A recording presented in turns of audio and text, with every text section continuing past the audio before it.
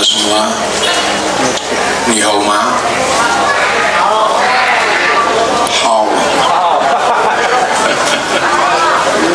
Bismillahirrahmanirrahim. Bismillah, alhamdulillah, wassalatu wassalamu ala rasulillah Sayyidina Muhammad bin Abdillah wa ala alihi wa ashabihi wa mawalah, la hawla wa la quwata illa billah.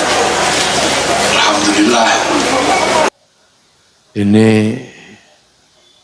sesuatu yang mesti dirayakan secara bersama-sama, terutama puasa ini. Jadi puasa ini mesti digembirahi oleh semua orang. Karena apa? Ibadah itu yang paling universal, itu puasa. Paling universal puasa itu. Dan rumusnya semuanya sama. Enggak makan, enggak minum, dan enggak mengumbar syahwat. Semua. Kalau haji hanya orang Islam. Kalau misa hanya orang Nasrani. Kalau ke sinagog hanya orang Yahudi. Kalau nyepi, kalau itu galungan, kuningan hanya orang Hindu. Waisak hanya Buddha. Tapi kalau puasa itu menyeluruh. Hampir semua agama itu punya pelajaran puasa.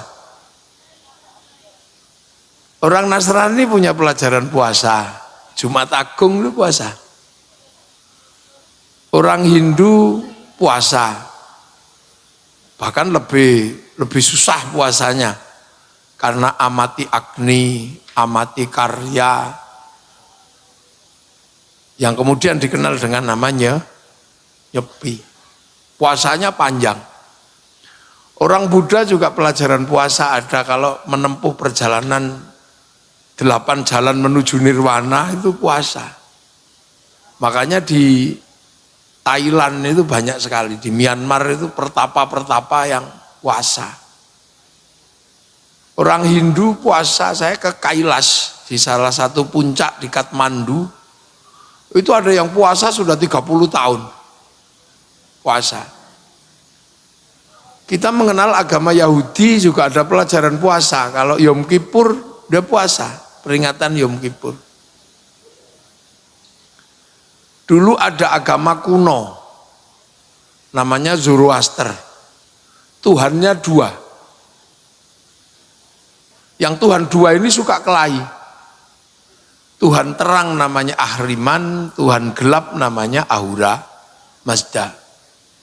Nah ini kalau kelahi, Tuhan terang kok kalah, Tuhan utama ini kalah. Yang menang Tuhan gelap, maka ada gerhana.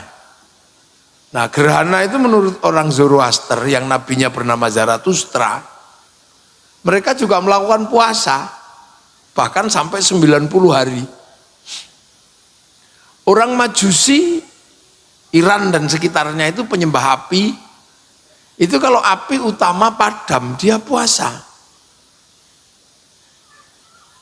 Orang Mesir dulu yang Tuhannya Ra, itu kalau sampai terjadi pergeseran matahari, dia puasa. Jadi hampir semua agama itu punya pelajaran puasa. Makanya ketika Allah memerintahkan puasa, itu pakai landasan kama kutiba alal ladzina min qablikum, seperti orang dulu juga kusuruh puasa, karena puasa ini ibadahnya orang dulu, maka puasa ini paling familiar di dalam sejarah peradaban manusia. Orang Romawi kalau mau berangkat perang juga puasa, gitu. Orang-orang dengan di Shaolin, di kuil pesilatnya Cina sana, itu puasa. Mereka menyebut kultivasi, itu puasa. Jadi puasa ini bukan sesuatu yang baru, juga bukan sesuatu yang diada-ada. Ya memang dari dulu orang puasa. Makanya Nabi Adam itu dulu puasa. Ayamul bed sama ayamus sud. Ayamul bed itu 13, 13, 14, 15 rembulan. Ayamus sud hari gelap itu 27, 28, 29 rembulan. Semua orang Sinto, agama Sinto juga melakukan puasa. Para pendeta Sinto itu juga puasa. Jadi agama tidak ada satupun yang tidak punya ibadah untuk puasa. Makanya Islam dikatakan bahwa ini ibadah semenjak orang dulu. Nah itu makanya karena ini ibadahnya orang dulu maka ya trending. Dia trending. Dan sejarah-sejarah besar itu dulu juga dimulai dengan puasa. Makanya orang Jawa sendiri puasa itu bukan sesuatu yang baru. Dan dinamika puasa di Jawa ini macam-macam. Tergantung hajatnya. Ada yang pengen dapat istri cantik, puasa. Iya. Yang santri ke masjid baca ya Rahmanu ya Rahim. Tapi yang asli lokal ya cari pohon besar bacanya sunamata kaji ajiku jaranku. Ya puasa. Jadi jangan dikira loh ya orang. Orang pengen kuat juga puasa. Aji Bandung Bondowoso itu harus melakukan puasa. Pancasona, Rawaruntek itu pasti melakukan puasa. Dan puasanya lebih lama.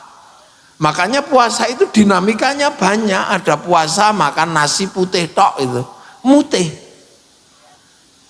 Ada puasa makan umbi-umbi tok, ngerowot. Ada puasa makan ini apa? Daun-daun tok gitu. Itu namanya ngidang. Ada puasa gandul di pohon, ngalong. Ada puasa jalan tok itu lelono namanya. Ada puasa nggak kena matahari, nggak kena lampu, nggak kena sinar, pati geni. Jadi dinamika puasa ini banyak. Makanya jangan heran gitu. Hampir dulu nenek moyang kita ketika punya hajat besar itu pasti puasa. Sampai orang dablek itu juga puasa. Ketika dia pengen nomornya tembus, puasa dia. Dulu zaman SDSB banyak orang puasa karena pengen ben nomornya tembus utawa togel itu puasa. Itu. Kita masih ingat betapa hari ini kita ini menikmati berkahnya orang puasa loh sampean. Sampean tinggal di Yogyakarta ini yang disebut kota toleransi, yang disebut kota paling nyaman, Jogja berhati nyaman. Ini berkahnya orang puasa. Sampean jangan lupa. Puasanya siapa? Puasanya Ki Gede Pemanahan. Loh. Jadi Ki Gede Pemanahan ini mendapatkan hak dari kerajaan Pajang untuk memilih tanah sebagai hadiah karena mampu menyelesaikan tugas. Tapi ternyata tanah kosong di Jawa itu sudah nggak ada selain tanah yang berpenghuni demit. Nah maka Kanjeng Sunan Kalijaga mengatakan kamu terserah pilih mana, yang kosong tinggal rumah demit semua. Yang ujung paling timur namanya Alas Purwo, yang tengah namanya Ketonggo, yang barat utara namanya Alas Roban, yang sebelah ujung kulon namanya Cirebon Alas Larangan, tapi itu jauh. Nah ada satu lagi rumah demit Alas Mentao. Kalau kamu mau di situ ya nggak apa-apa, tapi gentur pasamu harus kuat. Maka kemudian Ki Gede Pemanahan memilih kultivasi kalau orang sekarang. Uzlah kembang lampir Gunung itu. Ini petilasannya juga masih ada. Tapa doa di situ, puasa di situ selama 20 tahun. Udah main-main loh. Ini gede pemanahan nih. Poso 20 tahun. 20 tahun. Hasilnya apa? Punya anak Danang Sutawijaya, mbubak alas Mentao, jadilah kerajaan besar namanya Kerajaan Mataram, yang akhirnya pisah Jogja Solo, yang Solo ditinggali oleh orang Solo, yang Jogja sampean ikut menikmati. Lu sampean ini hidup di tempat di mana hasilnya orang puasa. Lu kok saiki malah wong manggon ning Yogya dikongkon poso malah petakilan.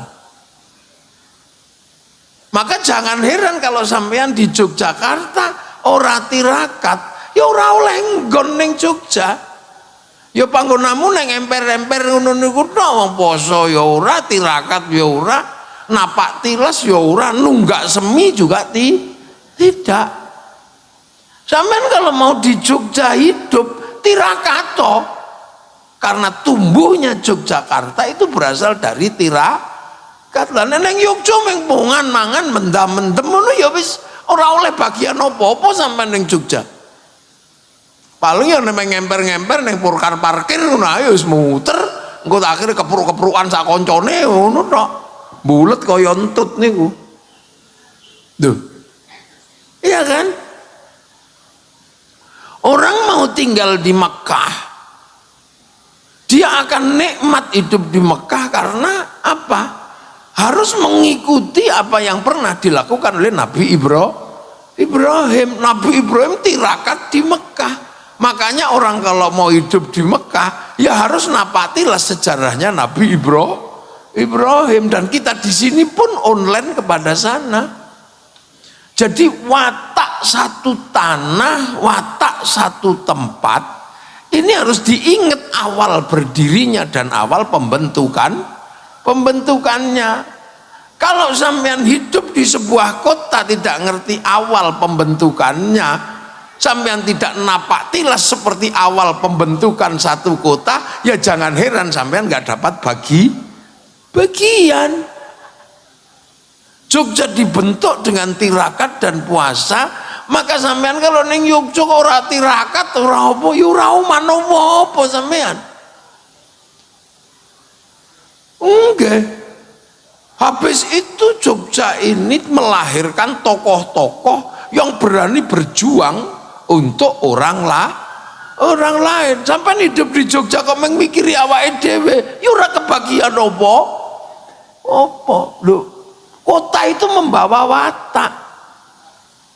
Kenapa Jogja melahirkan watak toleransi, watak yang bagus? Ya karena lahir dari tradisi tirakat. Nah, tirakat puasa itu intinya apa? Sampeyan harus tahu ya. Intinya orang puasa itu nggak makan, nggak minum, dan tidak ngumbar syahwat. Kelihatan sederhana, wong cuman nggak makan, nggak minum, nggak ngumbar syahwat. Tapi sampean harus tahu, dunia ini bergerak itu karena urusan makan sama urusan syahwat. Cuman dua itu tok. Berdirinya toko-toko, ruko-ruko ini kenapa? Karena orang pengen makan. Kenapa orang sampai jualan pelembungan, jualan apa? Itu karena apa? Karena pengen urip mangan. Lah, kenapa kemudian dunia ini bergerak? Karena ada generasi yang lanjut. Nah, generasi yang lanjut itu dari mana? Dari sini. Dari bawah pusar. Jadi poso itu intinya apa? Mengatur kehidupan yang baik, yang sumber kehidupan itu dari mulut atas sama mulut bawah. Ayo. Ini harus ditata. Syahwat bawah sama syahwat atas ini ditata. Karena dari syahwat bawah ini lahir kehidupan yang demikian gede. Coba aja sampean. Ayo. Sampean punya membangun rumah, nabung. Itu untuk siapa? Untuk anak, untuk istri, untuk keluarga. Anak, istri, dan keluarga itu lahirnya dari mana? Dari proses yang terjadi di bawah puser. Iya, itu syahwat terbesarnya manusia itu ya di bawah puser itu. Yang akhirnya karena syahwat itu melahirkanlah kehidupan. Jangan sampean kira. Ini syahwat bawah puser ini kalau bergerak, dunia ikut bergerak. Anak kecil, syahwat bawah pusernya bergerak. Pertama laki-laki harus dipotong kucirnya itu, ujungnya. Begitu itu dipotong, catering ikut. Karena mesti harus ada syukuran sunat. Ilmu kedokteran sunat. Obat luka untuk sunat. Itu setelah itu dia gede, mulai gede, walah kehidupan tambah bergerak dari situ semua. Begitu mulai ada anak manusia di dalam perut, dari syahwat itu tadi lahirlah rumah sakit bersalin.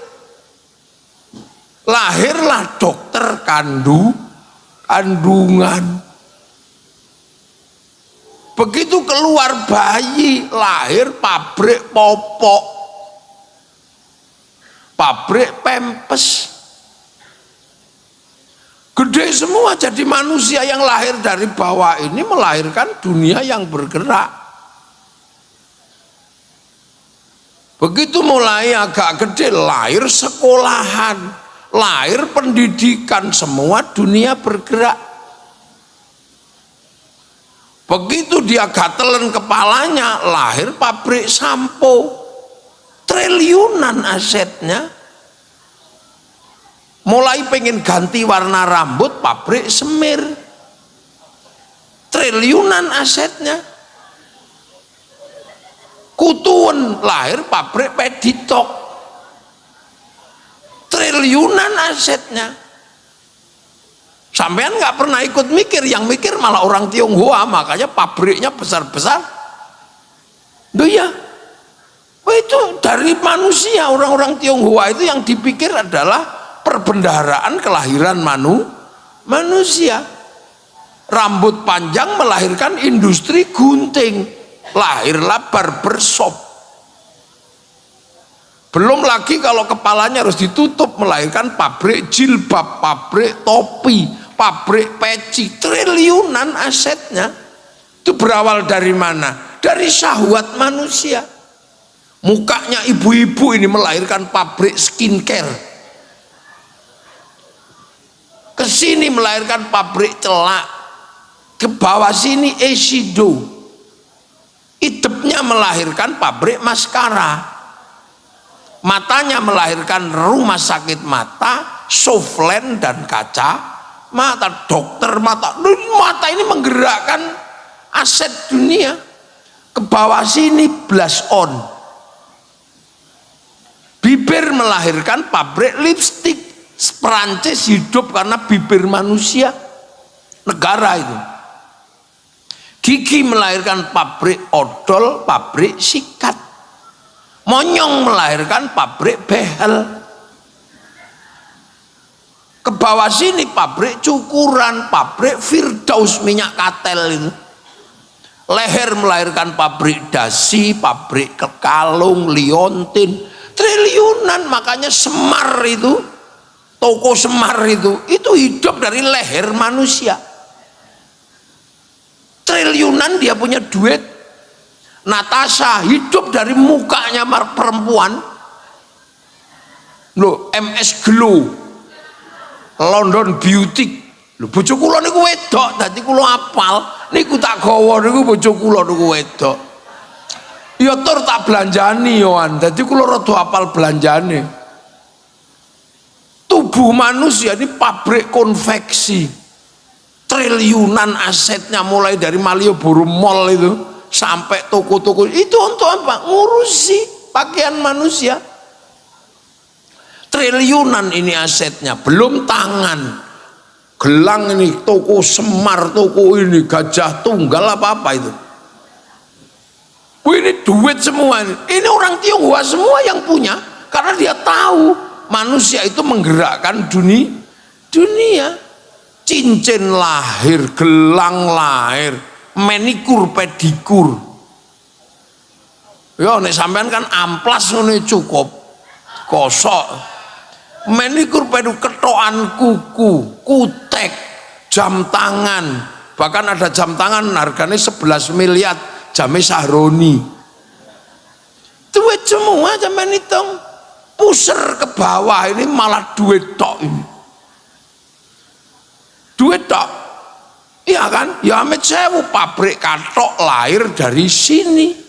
Katok panjang, katok pendek, rok. Apa itu yang katoknya perempuan yang cuman segini tok itu apa?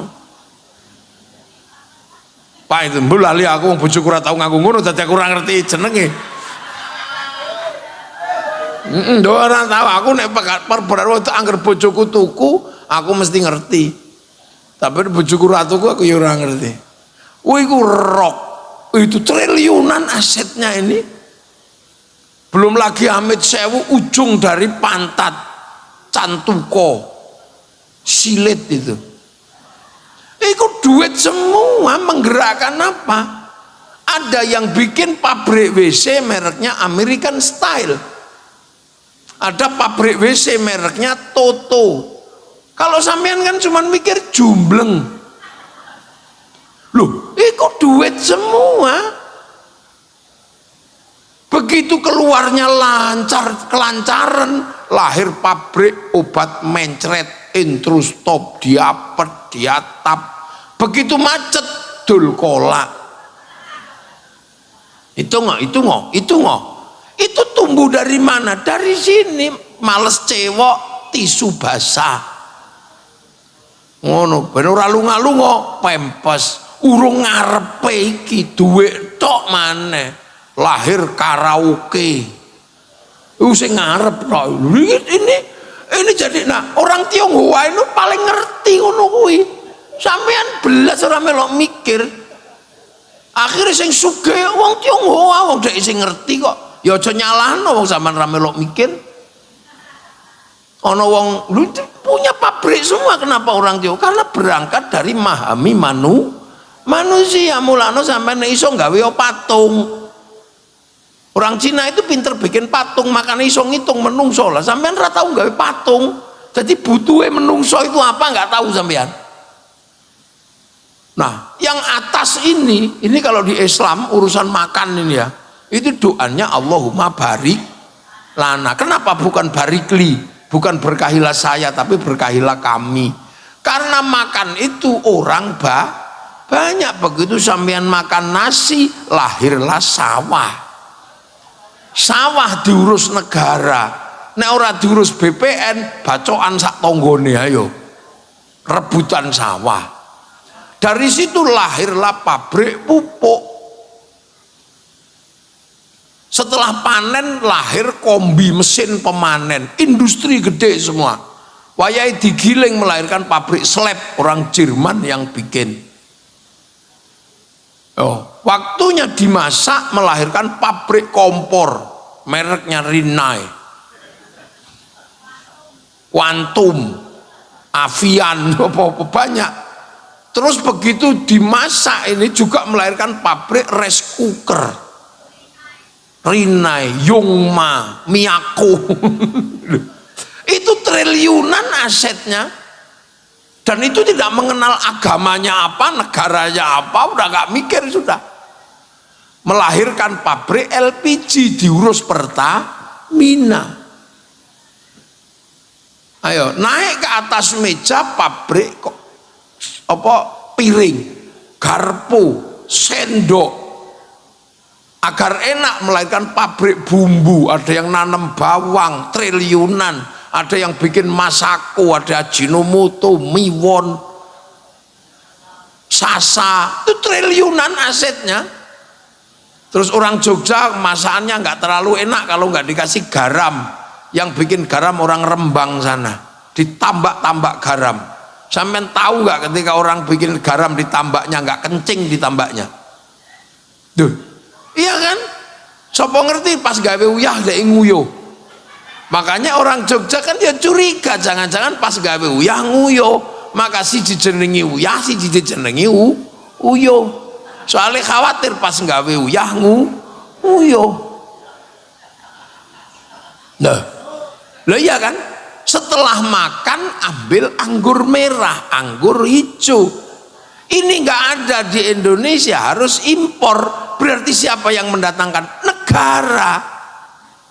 Menunjuk Menteri Perdagangan, ada eksportir, importir, kesepakatan barang masuk, ada bill of lading, letter of intent, jaminannya apa? Obligasi. Satu sistem moneter yang dimiliki pertama kali oleh Bank Devisa New York, punyanya orang Yahudi namanya Rothschild Rockefeller. Jadi sampean mangan ana wong Yahudi melu. Jadi dua hal ini lintas agama, lintas suku, lintas negara. Makanya itu harus ditata oleh semua manusia, nggak peduli kamu mau agamanya apa. Makanya semua agama punya aturan puasa, karena itu tidak pandang mau Islam, mau Cina, mau apa, gak ngurus pokoknya. Dua itu harus dijaga. Karena apa? Itu sumber kehidupan. Sementara kalau itu dijaga, hidup manusia akan normal. Ayo, urusan makan kok nggak beres, manusia juga nggak akan normal. Mau sampean ganteng wayu gitu, begitu urusan yang masuk ke perut dari sini kok nggak beres, sampean juga nggak, di manusia nggak punya harga diri. Ya, terus ngerti mangan we angel, urip iki ya. Urusan mangane kok angel. Wes sampean mesti mumet uripe ndasmu ku. Sagagagae wong angger ra ndek duit. Mulane golek bojo ora usah ganteng ora apa-apa. Sing penting sae ana isine. Karena apa? Lapar itu milik semua manusia, semua suku, semua bangsa. Dan lapar itu ora perlu diakal. Soalnya wonge turu nek ngelih ya kerucuk. Sama dengan bawah itu. Dia nggak peduli suku, bangsa, agama apapun, syahwat itu dimiliki oleh semua manusia. Dan syahwat itu orang ngurus. Bocah cilik rung duwe akal, matane rung melek, manuke wis tangi. Betapa itu adalah sistem kehidupan paling kuno. Makanya kalau manusia ke urusan syahwat itu nggak ditata, orang aturan hidup syahwatnya, dia juga nggak punya harga diri. Loh, ayo. Banyak sekali orang ini karirnya bagus gini, begitu ngatur syahwat tidak bisa, jatuh dia. Rubah rabi, ini habis dia. Jangan. Ada yang karirnya bagus gitu, urusan makan nggak terkendali, korupsi, habis dia. Wayo. Coba, ada orang biasa-biasa aja ya gak terlalu kaya tapi cukup, syahwatnya tertata, ini hidupnya aman, sejahtera, lancar saja. Loh, ini dua pokok kehidupan, makanya puasa itu diajarkan kepada semua manusia agama apapun. Jangan dikira karena dua ini kunci hidup, sampean mulai harus memanage dua itu. Ya, urusan bawah pusar sama urusan mulut atas harus ditata. Masih wong wedok ayu, tiba-tiba urusan bawahnya itu ora diurus, ya ndak punya harga diri. Teng templek ngono pikir dalan ini rusak. Walaupun rupane iki rapati ayu, ya wis pas-pasan, tapi terjaga bawahnya itu dia punya harga diri. Sama juga urusan makanan.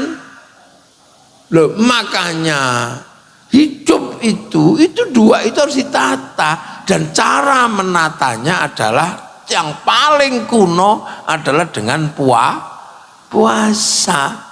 Makanya wong nek poso itu sebenarnya adalah menata manusia kembali kepada sistem kehidupan yang paling dasar agar menjadi manusia yang terhormat. Makanya kalau di dalam perintah puasa, kama kutiba 'alal ladzina min qablikum la'allakum tattaqun, agar kamu jadi orang yang bertakwa. Takwa itu apa? Berada dimanapun punya kontrol, merasa ada yang kuasa. Tapi kalau dua itu sudah nggak dilatih, nggak ada. Orang korupsi masih ingat Tuhan, ya nggak ingat. Orang ngejar janda gitu apa masih ingat Tuhan, ya nggak ingat.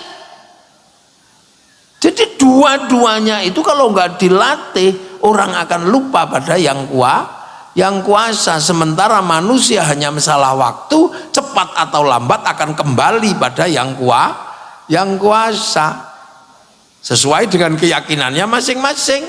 Kalau yang Buddha kembali pada Sang Buddha di nirwana, kalau yang Islam kembali pada Allah Subhanahu wa ta'ala, kalau yang Nasrani kembali pada Allah Bapa di surga, yang Hindu kembali kepada Sang Yang Widiwasa di swarga loka. Loh, semua kalau yang Yahudi kembali pada Yahweh di surga. Nah, sementara proses ini kan nggak terlalu lama. Makanya agar sampean ingat yang akan kita tuju kembali ke sana, dua itu mesti kita jaga. Syahwat nggak terjaga, ya rusak hidupmu. Rebutan istri, rebutan ini, satu nggak cukup, tambah ini. Tuwae ngatang-ngatang ra ono sing ngurusi karena semua perempuan sudah kamu sakiti. Urusan makan nggak kita tata, yuru angel. Sembayang itu ku sarung ra iso, wayahe buka angel. Gitu. Loh, makanya manusia yang semuanya sama dalam urusan bawah dan urusan atas itu punya pelajaran puasa. Mulane sing Islam ya diulangi poso, sing ini. Makanya puasa itu lintas agama, karena puasa itu mengajarkan manusia yang sama bahwa apapun sukumu, apapun bangsamu, apapun negaramu, urusan bawa pusar dan urusan makanan adalah sama. Makanya kayak kita sholat itu ya yang nyediakan sarungnya orang Tionghoa. Terus tiba-tiba kita hancuran orang Tionghoa lah, orang Tionghoa, orang Cina pergi semua, udah kita. Sampai ibu-ibu pakai jilbab gitu. Ya itu pabrik kainnya punyanya ada di situ, ada Samitek, ada Sritek. Nggak ada. Orang bikin masjid bersama dia. Orang bikin masjid bersama, tiangnya harus pakai semen. Makanya orang Islam kalau sholat nggak boleh marahan sama pabrik besi sama pabrik semen. Orang pergi haji harus pakai bank. Makanya jangan suka marah-marah sama bank riba, bank haram, rasito budal sampean. Naik pesawat begitu haji itu punyanya orang Yahudi Nasrani, Boeing sama Airbus. Yahudi kamu bunuh semua, renang kamu dari pantai Gelagah situ. Urung tekan kono ceplek-ceplek mati dulu. Jadi dunia ini saling terkait. Makanya landasan kalau orang mengelola ini dua-duanya itu, dia akan jadi orang yang bersahaja, toleran. Oh ternyata kita makan yang nyiapkan Ajinomotonya orang Jepang. Oh ternyata yang nyiapkan kompornya orang Cina. Oh ternyata yang nyiapkan LPG-nya negara. Aman nggak boleh ngamuk negara kalau nggak hadir hari ini, nggak ada. Ini bisa ribut, polisi nggak ada, tentara nggak ada. Oh patok-patokan gitu. Duh, semua terkait. Makanya alhamdulillah teman-teman dari budaya Tionghoa ini memfasilitasi kita untuk kumpul. Karena semuanya akan pada satu muara. Harus saling mengerti, harus saling memahami. Riyoyo ngono nah, kok terus semua mall itu tutup ya buyar sampean. Arep golek nandi. Makanya kalau selamat Natal tidak boleh. Lah ya wis, tapi nek sampean wis ngateni selamat Natal gak boleh ya aja golek diskon Natal ngono to. Karena nek mall-mall itu kalau ada naskal itu diskon Natal loh. Jadi hidup itu jangan ekstrim. Hidup itu harus mengerti bahwa kehidupan kita nggak bisa independen, pasti hidup bersama yang lain. Dalam urusan bawa pusar kita bersama yang lain, dalam urusan mulut bersama yang lain. Kadang kita kumpul sama istri kita aja sehingga ini kondom wong liya. Loh coba, nah inilah kehidupan yang sesungguhnya. Makanya Islam mengajarkan mari puasa agar apa? Kita bisa mengendalikan bibit problem yang paling utama di dunia adalah problem mulut atas dan mulut bawah. Oh loh. Makanya semuanya kenal, mengerti bahwa kalau mau jadi manusia yang benar, yang utuh ya nafsu dari dua itu harus ditata. Karena begitu dua itu nggak ditata, bubar hidupmu. Urusan makan kita nggak beres, urusan syahwat nggak beres, nggak punya harga diri sebagai manusia. Sudah punya anak, sudah punya istri, tertib-tertib, tiba-tiba urusan syahwat ngelompat ke tetangganya. Kamu nggak punya harga diri di depan istrimu, kamu nggak punya harga diri di depan anakmu. Lah nek ana wong ora duwe harga diri di depan keluargane, terus sampe dadi apa ning donya? Nah, tata itu mari kita jaga. Makanya semarip dulu nih. Ya mudah-mudahan kita semua hidup di Yogyakarta harus masih ingat bahwa landasan berdirinya Yogyakarta adalah karena tirakat, karena puasa. Makanya sampai kalau mau dapat bagian ya harus itu. Saya punya cerita dari Mbah Noto Suwito dulu, betapa Pak Harto bisa lahir jadi presiden. Ternyata Bunyai Sukira itu puasa 9 bulan ketika di dalam kandungan. Akhirnya lahir namanya Pak Soeharto jadi presiden 31 tahun. Lu sangangulan poso Bunyai Sukira karena nggak punya harapan. Pengen duwe anak hebat ya tirakat.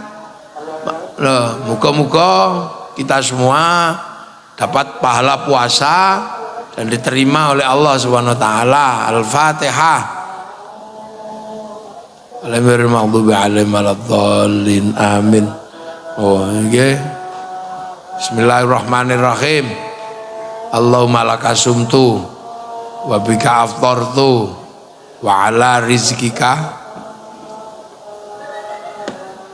aftartu bi rahmatika ya arhamar rahimin.